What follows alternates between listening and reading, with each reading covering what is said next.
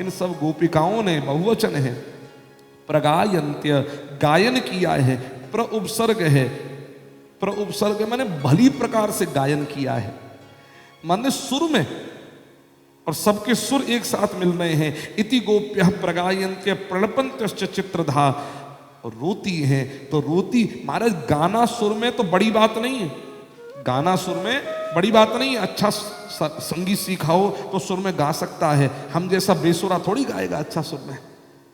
तो गाना सुर में कोई बड़ी बात नहीं है गायकों के लिए, लेकिन भैया एक बात ध्यान रखो, सबसे बड़ी बात रोना सुर में है, वो बड़ी बात है। कोई सुर में रोवे और एक साथ कोटि कोटि गोपी हैं और सबकी सब एक ही सुर में रो रही हैं, किसी का सुर ऊपर जाता है तो सबका एक साथ ऊपर जावे, और जैसे नीचे आवे तो सबको नीचे, दाएं बाएं जैसे चाहे वैसी सुर, सबको एक जैसा। रुरुदु सुस्वरम राजन, सब सुर में रो रही हैं।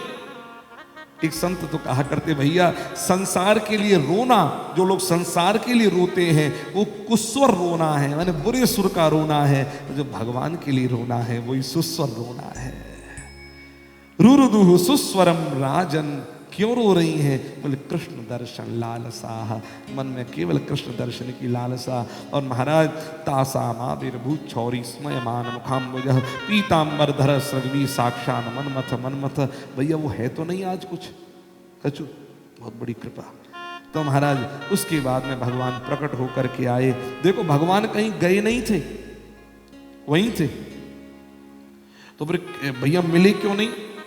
ये तो बहुत ढूंढ रही थी, बोले इसलिए नहीं मिल पाए कि महाराज सबकी सब घूंघटा में थी, सब घूंघट में थी, और ठाकुर जी भी घूंघट लगाए के बैठे हुए थे। और ठाकुर जी जो घूंघट लगाए के आते तो पीतांबर नहीं, बोले फिर बोले नीलांबर। बोले नीलांबर कौन को कहां से आए गए? बोले राधा रानी को चुरायो, बचपन को चोर है ना, तो राधा रानी को नीलांबर चुराई लियो और बाद ओढ़ना यूं उड़ के बैठो। और जब गोपिकाएं रोती हैं हा कृष्ण, तो ये भी चिल्लावे घूंघटा के भीतर ही हा कृष्ण। वो करती है तुम कब मिलोगे, ये भी कहने तुम कब मिलोगे, वो कहने तू निष्ठुर है, ये भी कहने तू निष्ठुर है।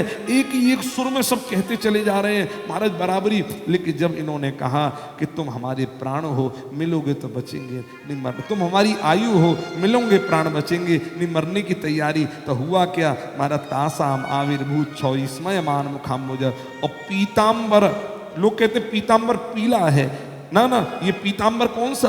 बोले पीताया पुनः पुनः पीताया श्री राधाया अंबरम धरती यस्य सब पीतांबर। श्री राधा रानी पीत वर्णा है, पीत वर्णा।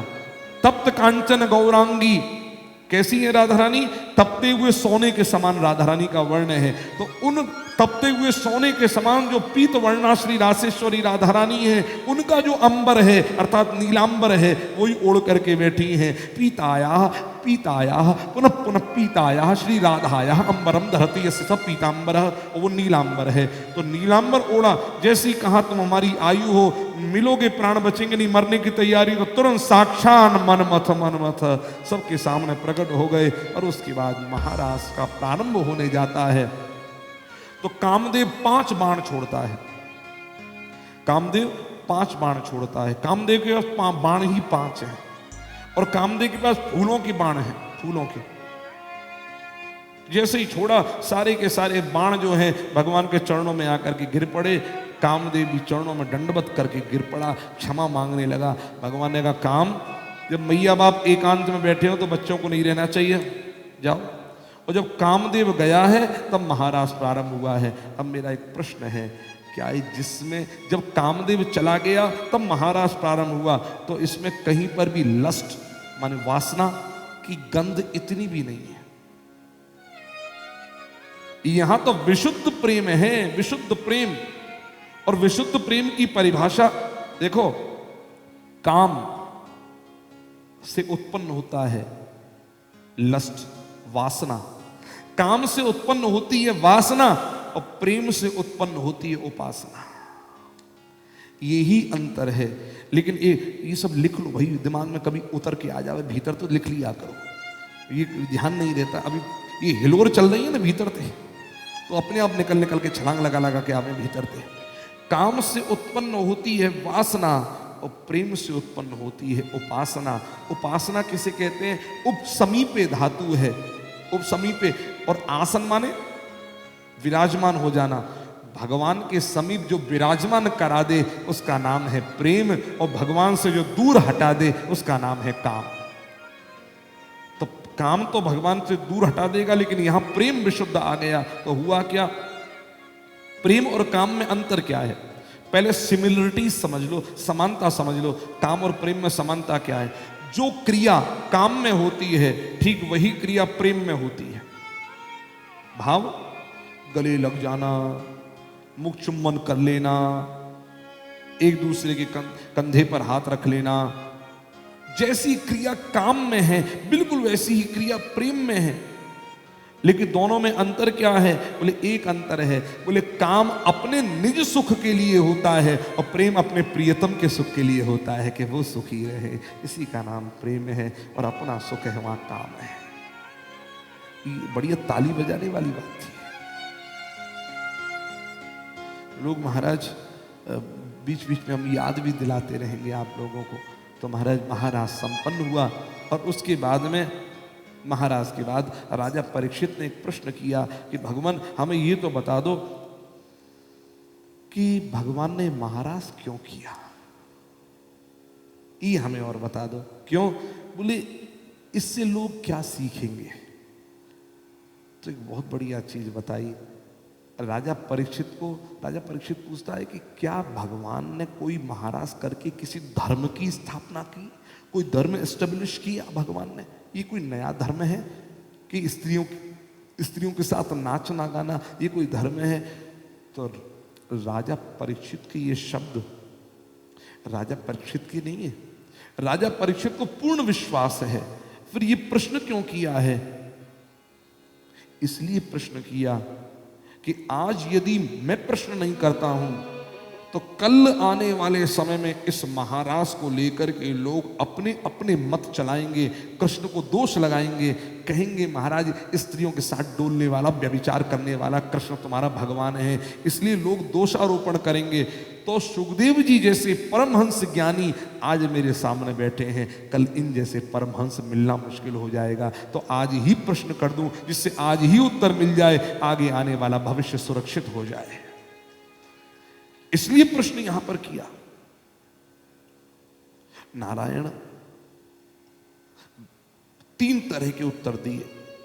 राजन, धर्म व्यतिक्रमो दृष्ट ईश्वराणाम च साहसम, तेजी यशाम न दोषाय वन्य सर्वभुजो यथा।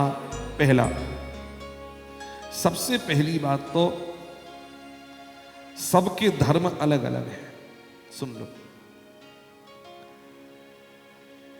एक फौजी का धर्म अलग है, एक पत्नी का धर्म अलग है, एक पति का धर्म अलग है, पुत्र का धर्म अलग है, मित्र का धर्म अलग है, पति का धर्म अलग है, व्यापारी का धर्म अलग है, पत्नी का धर्म, सबके धर्म अपने अपने अलग अलग है।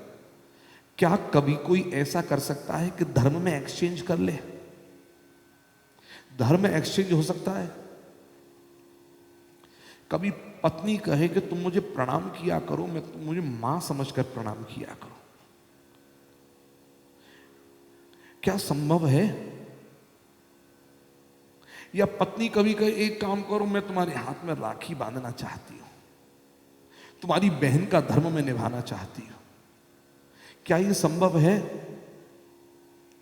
क्या बेटे के आगे बाप बोले बेटा एक काम कर, तू 10 दिन के लिए मेरा बाप बन, मैं तेरा बेटा बनता हूं, क्या संभव है?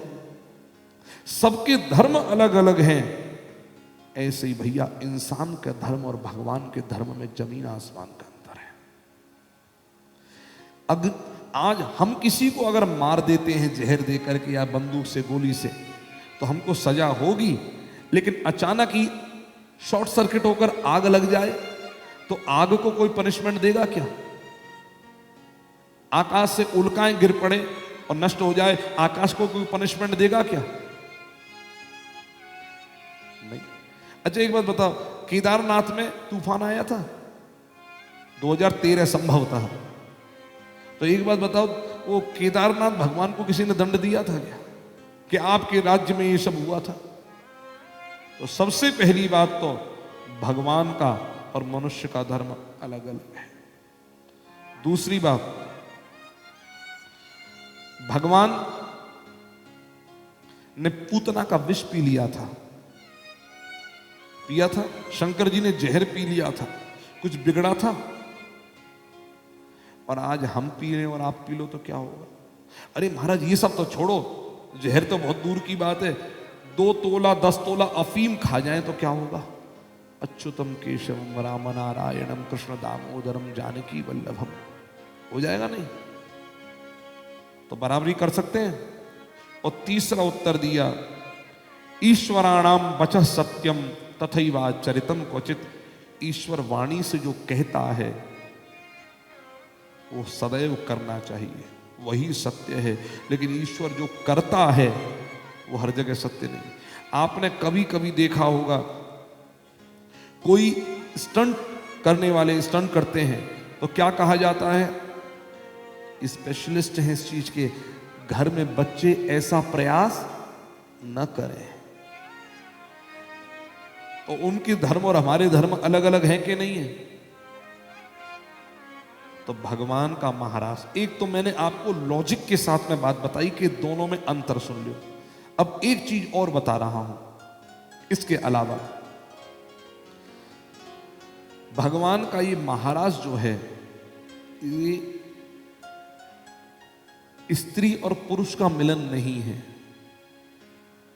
किसी के घर की लुगाई भगवान ने बुलाई नहीं है, किसी और की स्त्री है ही नहीं। ये कौन है? और हाड़ मास की स्त्रियां भी नहीं है, ये सुन लो मुझसे आज। तो कौन? वेदों की जो ऋचाएं हैं, जो वेद हैं उनकी जो ऋचाएं हैं, उनकी जो मंत्र हैं, वो ही गोपी भाव से प्रकट हुए हैं। एक जो दंड कानन वन की ऋषि मुनि हैं, वो गोपी भाव से प्रकट हुए हैं। 2 इसका प्रमाण है मेरे पास में सबका। तीसरा, दंड कानन, इसी को बता दूं, दंड कानन वन में जब रघुनंदन राम गए हैं, ऋषियों ने राम जी के स्वरूप को देखा तो कहा, महाराज हमारे इस वैराग मन में कभी राग नहीं जागा, लेकिन न जाने क्यों आपको देख करके अनुराग जाग रहा है। हम आपको आलिंगन करना चाहते, एक बार मुख चुम्बन करना चाहते। भगवान राम ने कहा, मेरा मर्यादा पुरुषोत्तम अवतार है, इस अवतार में कुछ नहीं होगा। अगर आपके मन में, सबके मन में ऐसी अभिलाषा है तो इस अभिलाषा की पूर्ति अवश्य करूंगा, लेकिन इस अवतार में नहीं, आगे आने वाले कृष्ण अवतार में आप गोपी भाव से प्रकट होंगे और मैं कृष्ण रूप लेकर के आऊंगा, तब आपकी इच्छा पूरी करूंगा। और इसका एक प्रमाण और, इसमें गोपी के अलावा कोई गोप प्रवेश कर नहीं सकता है। क्यों? शंकर जी वैराग्य का अवतार है, लेकिन शंकर जी भी जब महाराज में आए हैं तो गोपी का रूप लेकर के शंकर जी को भी प्रवेश करना पड़ा। गोपी का रूप नहीं है, केवल गोपी भाव से प्रवेश करना पड़ा। गोपी बनकर के आए, तब जाकर महाराज में एंट्री मिली है। तो भगवान की लीला, ये जीवात्मा और परमात्मा का एक दिव्य मिलन है, दिव्यतम मिलन है। जन्म जन्मांतर से भटकता हुआ जीव, प्रतीक्षारत जीव, वह आज भगवान की शरण आया गोपी भाव से, तब जाकर भगवान उससे मिले हैं। इसलिए भैया इनकी बराबरी तो कभी करना भी नहीं चाहिए। एक आपको, अब मैं इतने में समझ में आ गया, इसके अलावा तो कुछ समझना नहीं तो अगर इसी पर चलेंगे तो महाराज घंटा 2 घंटा तो यूं ही निकल जाएगा, एक तर्क देते हुए, एक तर्क देते हुए। इसलिए इतने में ही इति करते हैं महाराज इसकी। अब उसके बाद आगे चलते हैं महाराज। देखो एक बात और बता दो, ये महाराज के बिना कभी भी भगवान की पूर्णता नहीं होती है। इसका प्रमाण स्वयं भगवान श्री रघुनंदन राम ने भी महाराज किया है। कहां किया? चित्रकूट की भूमि पर। प्रमाण है हमारे पास इसका भी। और बताएं, जैन धर्म में भी महाराज का उल्लेख है। 2 ग्रंथ प्रकाशित हुए हैं जैन धर्म में, एक का नाम है रेवंत गिरी रास और एक का नाम है जम्बू स्वामी रास। रास का अर्थ क्या है? रसो वही सह रासः, सारे रस जहां पर एक साथ इकट्ठे हो जावे, मूर्त रूप से प्रकट हो जावे, उसी का नाम रास है। और वो मिलन जब होता है अपने आराध्य के साथ में, इसी का नाम महारास है।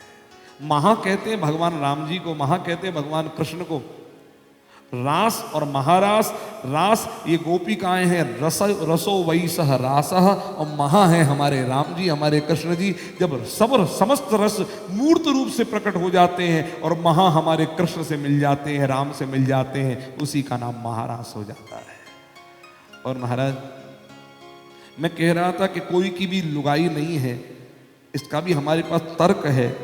अगर किसी की लुगाई रात को गायब हो जाए तो कम से कम महाराज वो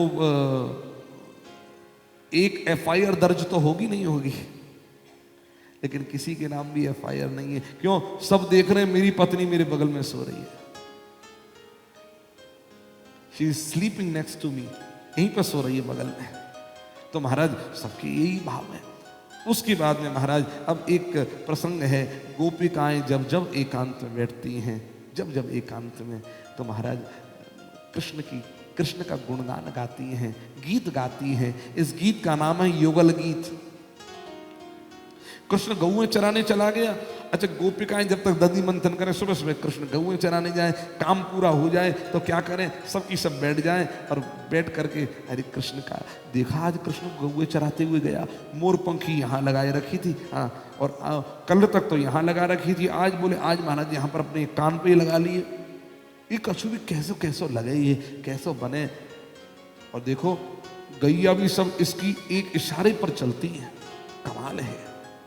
अरे जाने पशुओं को अपने वश में कर रखो हो, हम मनुष्यन की कौन कहे। महाराज गीत गाती हैं, बाम बाहु कृत बाम कपोलो वल्गित ब्रूरदरार्पित वेणुम कोमलांगुल विराशित मार्गम गोप्य ईरयति यत्र मुकुंदः। इसका नाम है युगल गीत। बाम बाहु, एक एक ध्यान देती हैं। आज हम लोगों को देख लो और गोपिकाओं को देख लो।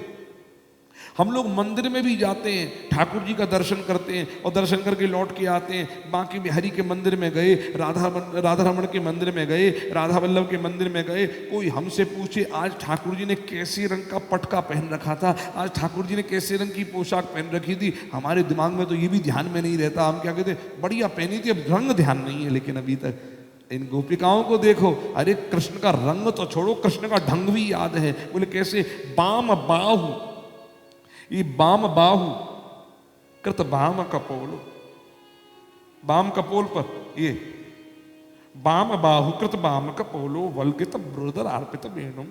और कैसे अधरों पर वेणु लगा रही हो कर रखा है। कोमलांगुल विराशित मार्गम, कोमल कोमल उंगलियां ठाकुर की कैसे वेणु की उस छिद्र पर ऐसे रखती हैं, ऐसा लग रहा है ये बांस की जो वेणु है ना, हाँ हाँ, ये बेचारी बड़ी तकलीफ में रही थी अतीत में। ये बहुत तकलीफ, ये बांस के पेड़ के रूप में खड़ी थी महाराज। एक ने आकर के आरे से इसको काट दिया था, ये नीचे गिर गई थी बिल्कुल। और नीचे गिर गई थी तो कई समय तक पड़ी रही, सर्दी गर्मी वर्षा सब इसने सहा। फिर उसके बाद आया एक आदमी, उसको छीलने लगा, आरे से छीला और छील करके कितनी तकलीफ दे रहा है। फिर उसको आकार देने के लिए छील रहा है और आकार देने के लिए छील करके उसके अंदर गरम गरम लोहे की सलाखों से छेद करता है।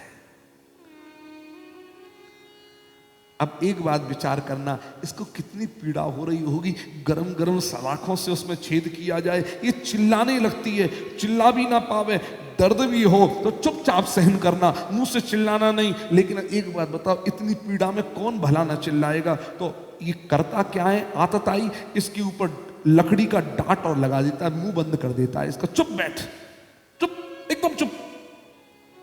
इतनी तकलीफों से जब ये गुजरती है तब जाकर ठाकुर के होठों पर स्पर्श पाती है। और जब समझते हैं कि इसकी दर्द पीड़ा बहुत हो रही होगी तो ठाकुर अपनी कोमल कोमल उंगलियों से इसको सांत्वना देते हैं। अरे अरे, अब तो तू मेरे होठों से लग गई है, अब पीड़ा तेरी दूर मैं कर दूंगा। और कोमलांगुल विराशित मार्गम गोप्य ईरयति यत्र मुकुंदः।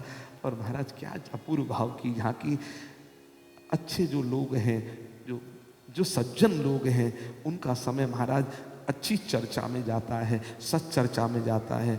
और जो लोग महाराज सत्संग आज तक नहीं किए, वो यहाँ पर बैठ कर के भी मोबाइल में ही लगे रहते हैं। फर्क है महाराज। यहां पर रह करके भी मोबाइल ही चलता रहेगा, व्हाट्सएप, फेसबुक। अरे मैं हमेशा एक बात कहता हूं, कम से कम विधाता ने कृपा करी, जो आज आए तो हो तो कम से कम ध्यान देकर सुनो, एक बार को छोड़ दो, एक बार छोड़ो भी मत। मैं कहता हूं एक बार पकड़ करके तो देखो ठाकुर जी को, संसार अपने आप ये सब छूट जाएगा। नारायण।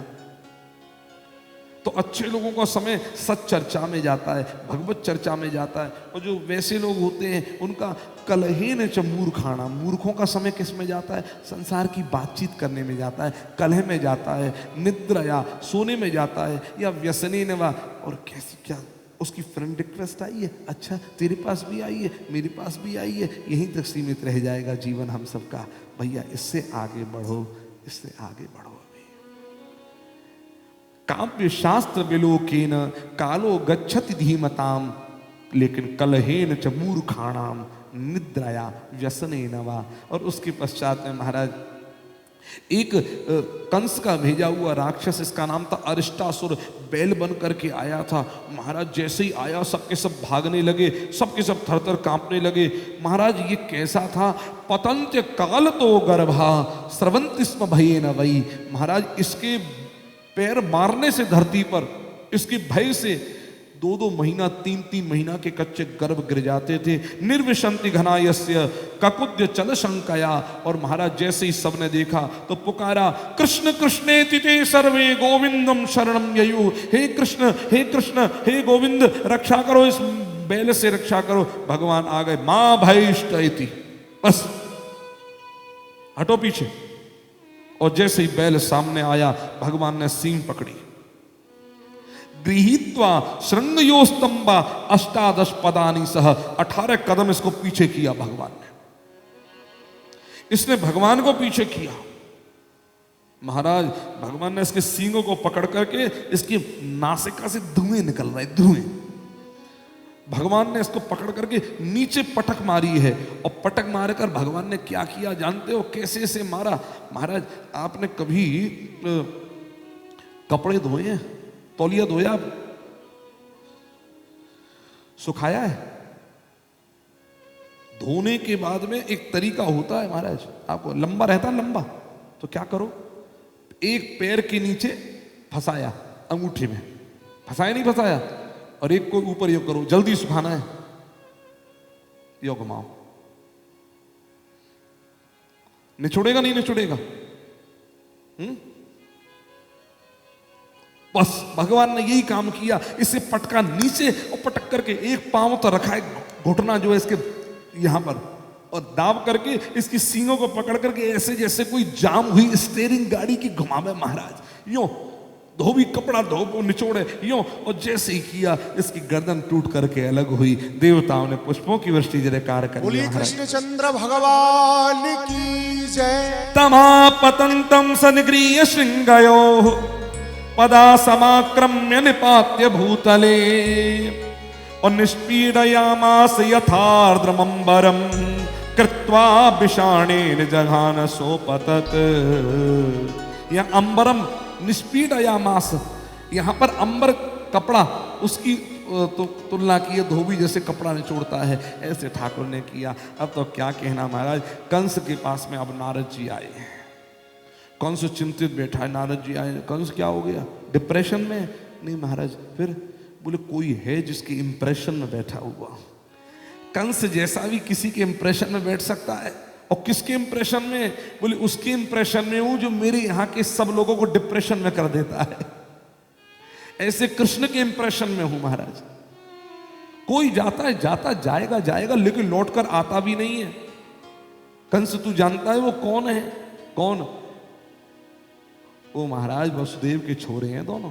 अरे महाराज मैं तो नंद का समझ रहा था। नहीं, वसुदेव के तो मैंने मार दिए थे। बोले 7वां जो गिर गया था ना? बोले हाँ। बोले गिरा नहीं था, बोले फिर फॉरवर्ड हो गया था, ट्रांसफर हो गया था। देवकी के गर्भ से रोहिणी माता के गर्भ में ट्रांसफर हो गया था। अच्छा हाँ, और आठवां तो पैदा भी हुआ था। अरे आठवां तो छोरी थी। अरे छोरी नहीं थी, वो तो छोरा था। और उसके बाद सुपड़े में ले जाए करके वहीं पर सुलाई करके आए गोकुल में, और छोरी तो वहां से लेकर के आए थे। ये एक्सचेंज हुआ है। ओए होए, ये सारा मामला था। बोले हाँ महाराज यही मामला था। अब तो महाराज कंस ने कहा मेरे साथ इतना बड़ा छल किया, नौकरों हुजूर महाराज देवकी वसुदेव को जेल में डालो। दोनों को जेल में डाल दिया गया। अब महाराज नारद जी से कही गुरुदेव तुमने बड़ी कृपा करी जो मुझे हकीकत से वाकिफ करा दिया। अब एक बात बताओ। बोले क्या क्या करना चाहिए? बोले देख सुन मेरी बात भली प्रकार से। महाराज मैं तो सोच ही रहा हूं, उसी डिप्रेशन में आ गया अब तो मैं, ये क्या हो गया? अरे अरे कंस डिप्रेशन की बात नहीं, सुन हिम्मत रख, तू मामा लगता है। बोले बिल्कुल मामा लगता हूं। तैने आज तक कभी मामा भांजों को बुलाकर कचौड़ी खिलाई, रसगुल्ला खिलाया, कभी बढ़िया घेवर खिलाई? हमारे ब्रजवासी की सावन के महीने में निकले कभी घेवर खिलाई? नहीं महाराज हमने नहीं। फिर भांजों से कैसा प्रेम है? अरे एक बार बोला धनुष यज्ञ का मेला यहाँ पर, मेले के बहाने बच्चे आ जाएंगे, और बच्चे आ जावे तो महाराज फिर तो कहना ही क्या, यही मरवा डालना कोलिया पेड़ हाथी से, तेरा काम भी पूरा हो जाएगा। अरे गुरु जी आपने भली मुझे युक्ति बताई। अब नारद जी बोले महाराज अब चलता हूं। नारायण नारायण करते नारद जी जाने लगे। कंस ने कही गुरु जी भूलने लग जाऊं तो समझाने जरूर आ जाना। बोले चिंता मत कर, ऐसा समझाऊंगा तेरा पूरा ही कल्याण कर दूंगा। ये जाना ही नहीं कंस के जीने में कल्याण के मरने में। इधर भगवान के पास आए, प्रभु अब समय वो कंस के पास जाना है। हाँ हम तो इंतजार कर रहे हैं, कौन आएगा? अक्रूर जी आएंगे, आप चले जाना, मैंने सब सेटिंग बना दी है। और गजब यार तूने कमाल काम कर दिया नारद। हाँ प्रभु आपकी कृपा है, पापी का मरने का टाइम है ना, तो ये काम तो मुझे ही करना है। चिट्ठी इधर से उधर पहुंचाने का काम नारद का ही तो है। हाँ ठीक है हम चले जाएंगे, जाओ। इधर महाराज अक्रूर को बुलाया कंस ने। अक्रूर महाराज हमारे साथ बहुत बड़ा छल किया वसुदेव ने और देवकी ने। जो नंद के छोरे हम समझ रहे थे वह तो वसुदेव के निकले। अब तुम एक काम करो, धनुष यज्ञ का मेला हम मथुरा में कर रहे हैं, ये चिट्ठी लेकर के जाओ, जाकर के वहां से कृष्ण और बलराम को धनुष यज्ञ के मेला देखने के लिए ले आओ। यहां आते ही हम उन्हें मरवा डालेंगे। अक्रूर मनी मन में सोचे कि पापी व्यक्ति क्या क्या नहीं सोचता, ये कर दूंगा, ये कर दूंगा, ये कर दूंगा, ये कर दूंगा, लेकिन उसकी कामना अधूरी की अधूरी रह जाती है। एक पंजाबी में बहुत बढ़िया बात कही है, आशा कभी बंदे की होंदियां ना पूरियां, आशा कभी बंदे की होंदियां ना पूरियां, और भटकदा बंदेरा किंतु रहंदियां अधूरियां। आशा पूरी नहीं होती, ये अधूरी की अधूरी रह जाती है। एक सर्प बिल के भीतर बैठा रहता है, क्या सोचता है बाहर निकल के जाऊंगा, कोई मिल जाए तो डंक मार दूंगा। जैसे ही निकल करके बाहर जाता है लोग लठ मार के ही सर्प फोड़ डालते हैं। सर्प ही जय जय श्री सीताराम राम नाम सत्य है जावे।